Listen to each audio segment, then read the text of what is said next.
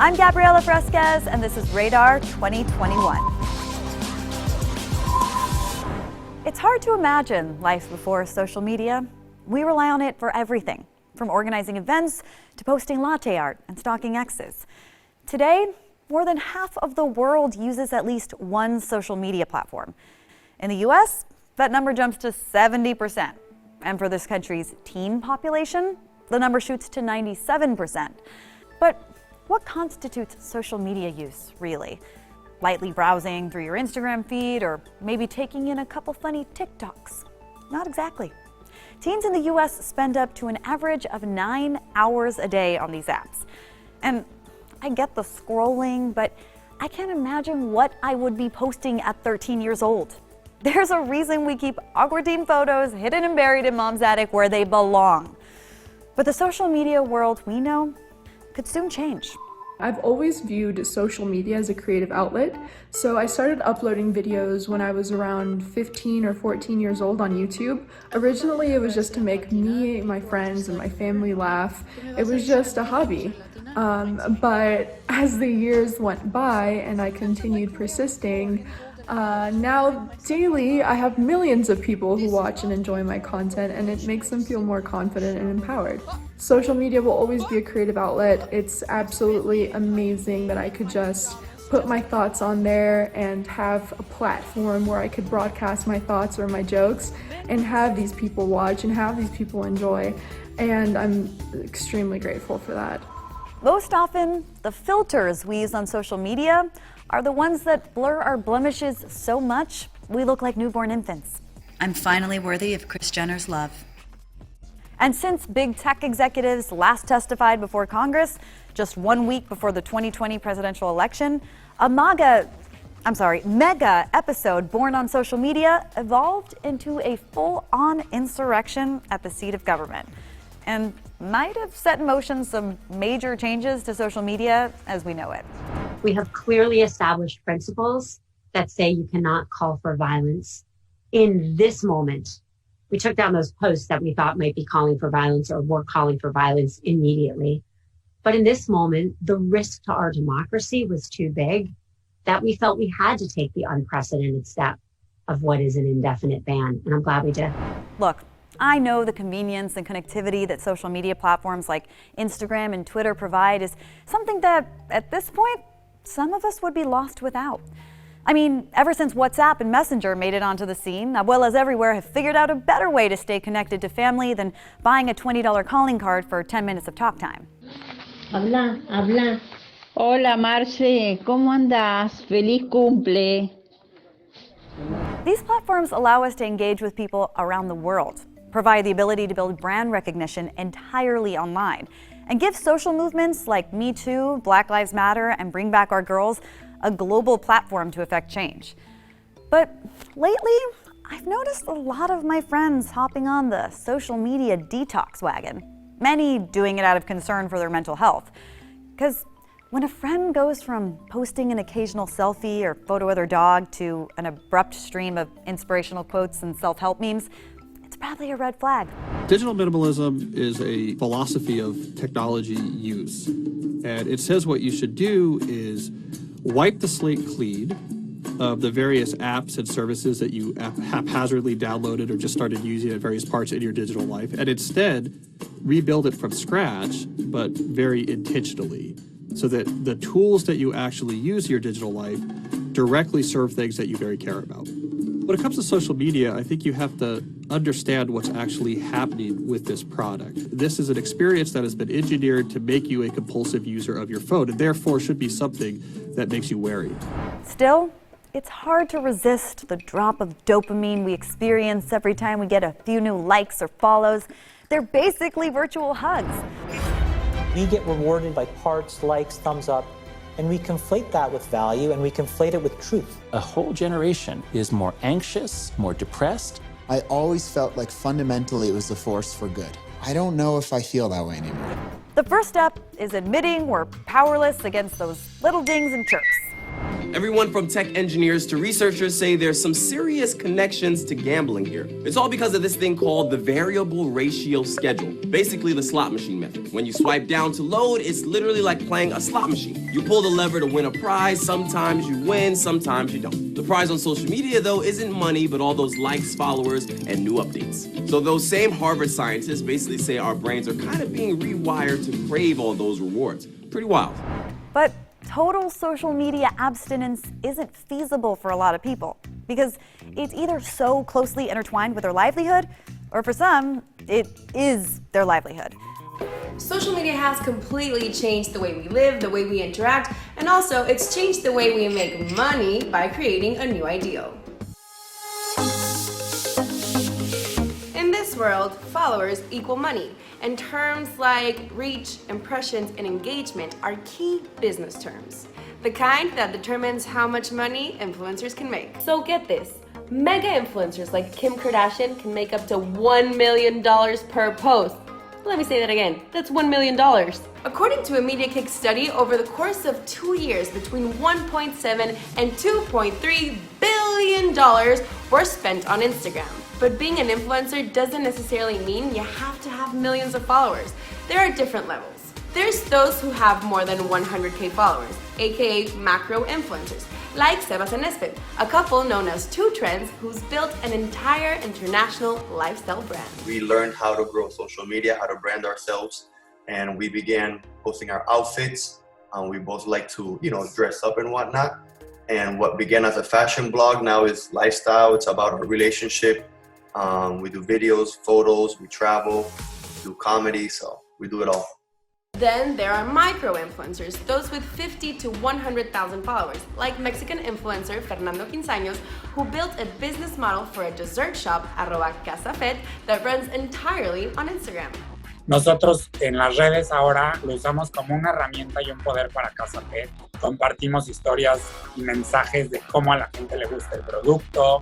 Entonces todo eso hace que vaya creciendo y que de un puntito se vaya haciendo grande una comunidad, que es lo que hoy hemos logrado. Here's kind of how it works. The industry standard is 1 cent per number of followers. So for example, I have 45K followers, which means that the currency value of my post is worth $450.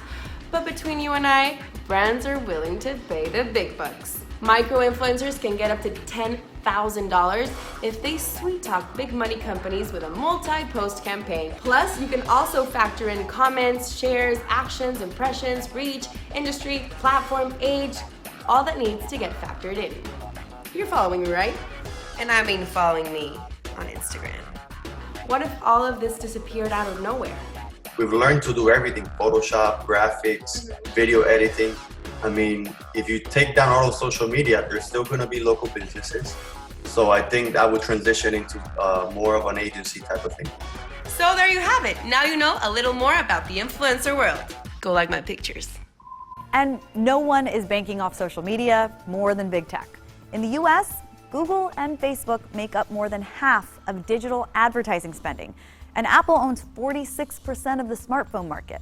And more than half of US e-commerce sales go through Amazon. The amount of power and influence these companies have over the digital marketplace is only growing. And congressional Democrats aren't having it. Perhaps you've noticed that in the US, business competition is the norm, and that monopolies are prohibited, which means no company is allowed to control the market for any one product or service.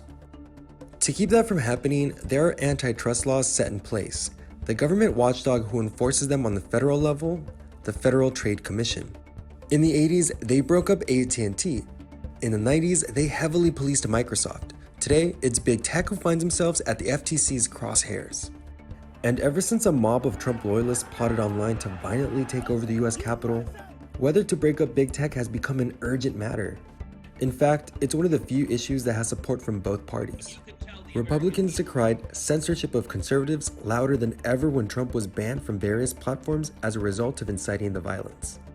Our two objectives have been to document competition problems in the digital economy and to evaluate whether the current antitrust framework is able to properly address them. Democrats, though, are more interested in the role platforms played in hosting the movements that led to the attack. The new president has already signaled where he stands on the issue, but seeing as former big tech execs played key roles in the Biden-Harris transition team, we'll have to see what sway they'll have on the new administration.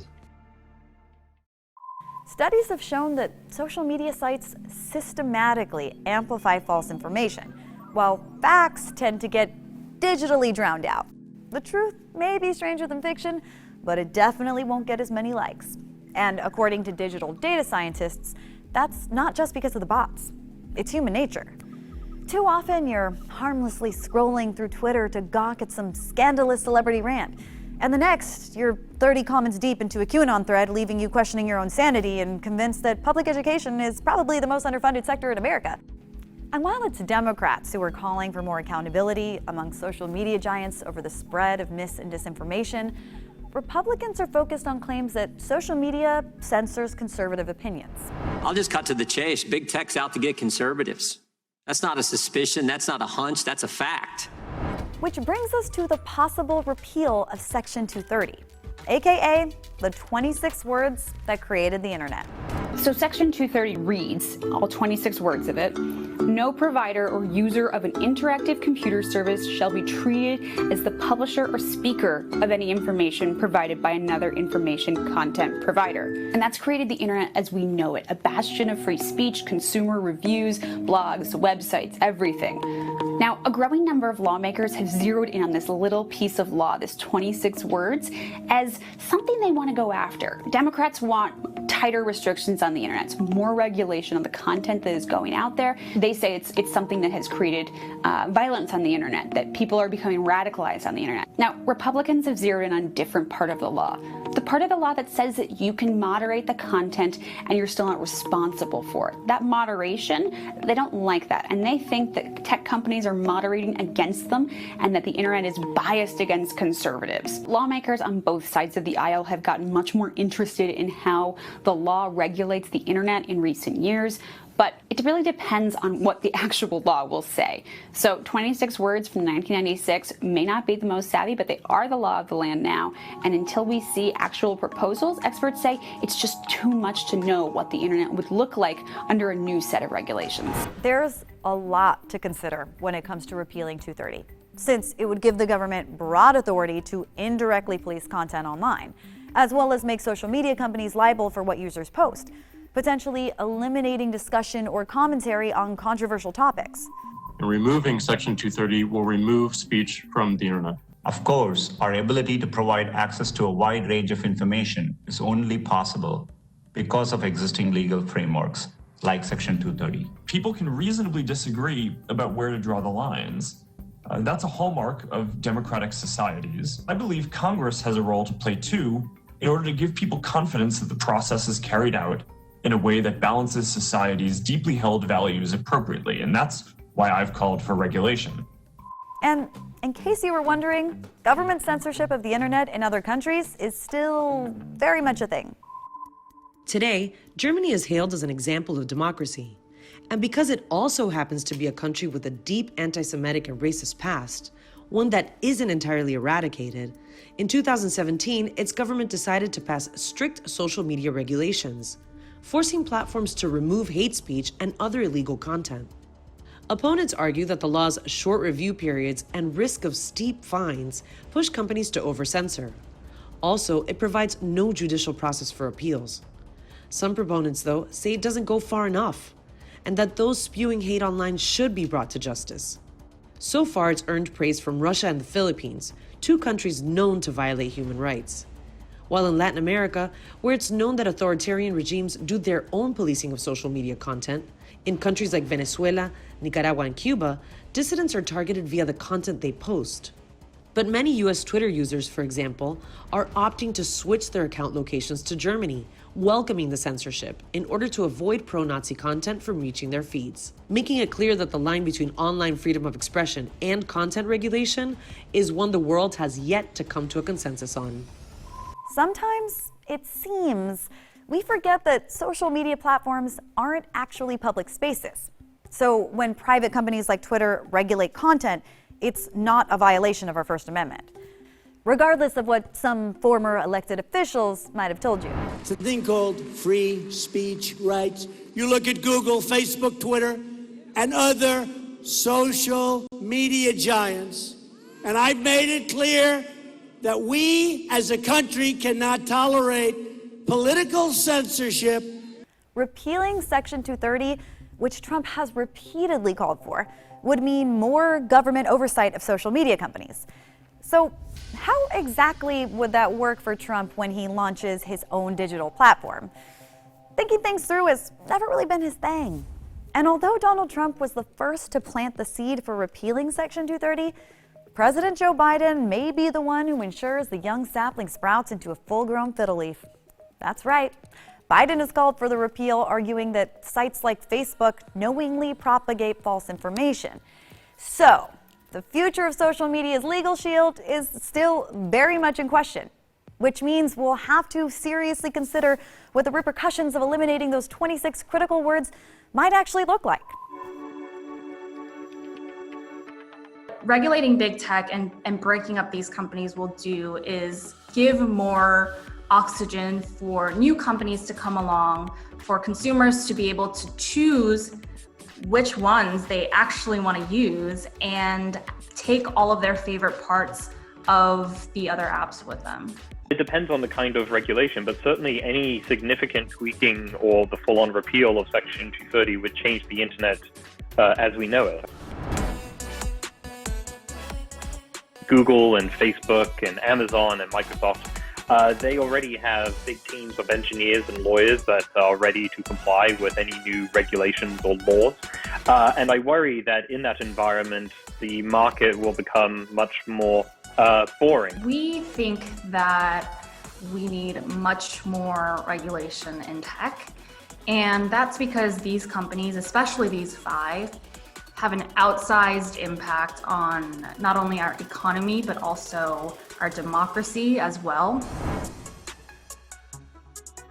Yes, there are many monopolies in big tech, in particular the ones that we talk about a lot because they require immediate and bold action, include Amazon, Apple, Facebook, Google, or otherwise known as Alphabet, and Microsoft.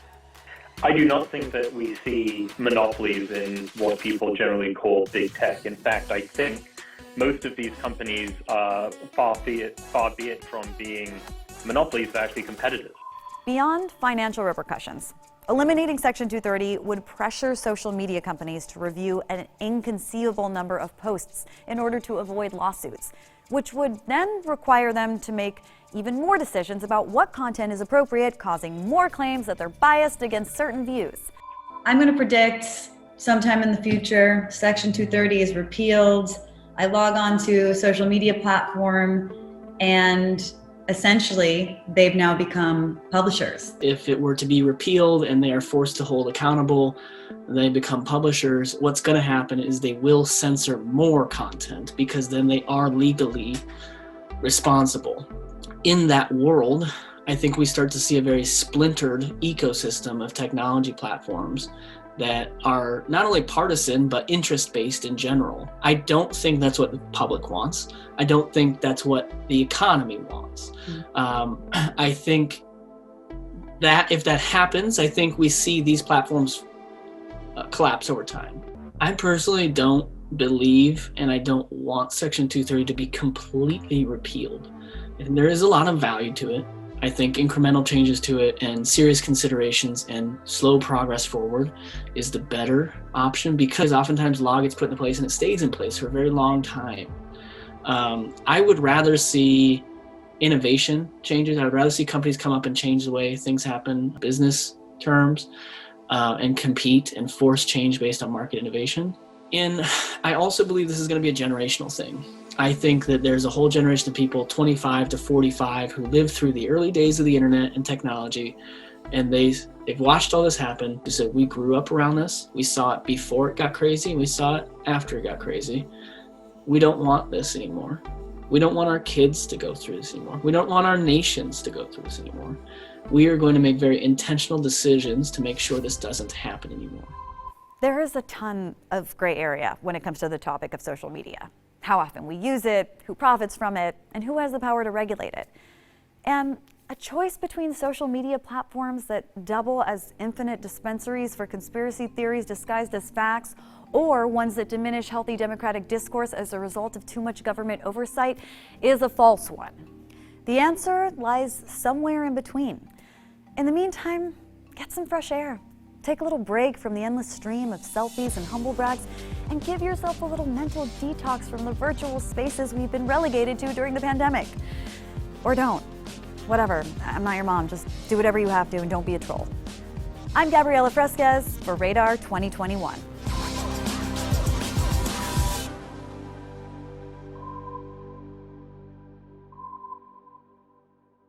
Thanks for watching Radar 2021. Please like, subscribe, and comment down below and let us know what issues are important to you. Because let's be honest, there are a lot of issues to choose from. So many.